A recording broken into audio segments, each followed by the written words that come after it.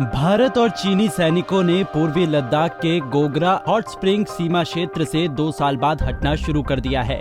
बीते 8 सितंबर को भारत चीन की कोर कमांडर स्तर की बैठक के 16वें दौर में बनी सहमति के बाद दोनों देशों के सैनिक पीछे हट रहे हैं।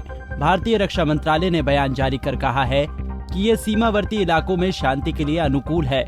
ये डिसएंगेजमेंट की प्रक्रिया ऐसे समय में हो रही है जब अगले सप्ताह उज्बेकिस्तान में होने वाली बैठक में चीनी राष्ट्रपति शी जिनपिंग और भारतीय प्रधानमंत्री नरेंद्र मोदी के भाग लेने की उम्मीद है। दोनों देशों के बीच सैन्य वार्ता में गोगरा हॉट स्प्रिंग क्षेत्र महत्वपूर्ण बिंदु रहा है। भारत चीन सैन्य वार्ता में भारत ने जल्द से जल्द बाकी क्षेत्रों से भी डिसएंगेजमेंट करने पर जोर दिया था। इसके साथ ही भारत ने देप्सांग और डेमचौक में भी विवादित मुद्दों को जल्द निपटाने की बात कही। भारत लगातार मुद्दों को शांति और बातचीत के जरिए हल करने पर जोर देता रहा है।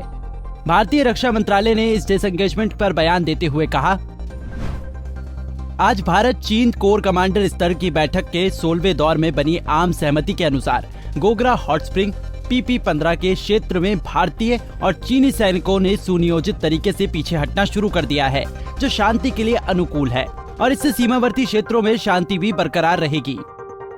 गोगरा हॉट स्प्रिंग में ये डिसएंगेजमेंट भारत चीन सैन्य गतिरोध दूर करने की दिशा में एक बड़ा कदम है। हालांकि अभी कई क्षेत्रों में दोनों देशों की सेना डटी हुई है। भारत लगातार कह रहा है कि LAC पर शांति जरूरी है, तभी द्विपक्षीय रिश्तों में पूरी तरह सुधार होगा।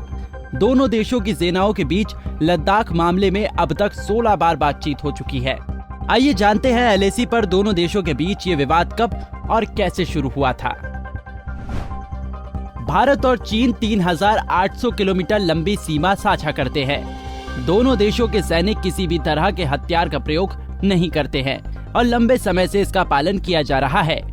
पूर्वी लद्दाख में दोनों देशों के बीच मौजूदा विवाद की शुरुआत अप्रैल-मई 2020 में हुई थी। इसके बाद गलवान में 15 जून 2020 को भारत और चीन के सैनिकों के बीच हिंसक झड़प के दौरान भारत के 20 जवान शहीद हो गए थे।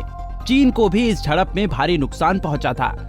हालांकि काफी दिन बाद चीन ने अपने सिर्फ 4 सैनिकों के मारे जाने की बात स्वीकार की थी। इस हिंसक झड़प के बाद से पूर्वी लद्दाख में सीमा पर दोनों देशों ने 50-50 हजार सैनिक तैनात किए। इसके अलावा भारी संख्या में हथियारों की भी तैनाती की गई। हालांकि कई दौर की बातचीत के बाद पिछले साल दोनों देशों ने पैंगोंग और गोगरा से अपने सैनिकों की संख्या कम की है। गोगरा और हॉट स्प्रिंग इलाके की बात करें तो यहाँ सीमा पर पेट्रोलिंग पॉइंट यानी PP-15 और 17A को लेकर विवाद था। यहाँ भारत की मांग थी कि चीनी सेना पूरी तरह से पीछे हट जाए, लेकिन चीन ऐसा न करने पर अड़ा हुआ था। जुलाई 2020 में ये तय हुआ था कि जवानों को पीछे हटाया जाएगा, लेकिन इसी बीच अगस्त में गलवान घाटी के पास दोनों सेनाओं के बीच हिंसक झड़प हो गई थी। बता दें कि ये दोनों ही इलाके गलवान के पास वाली नदी के पास है।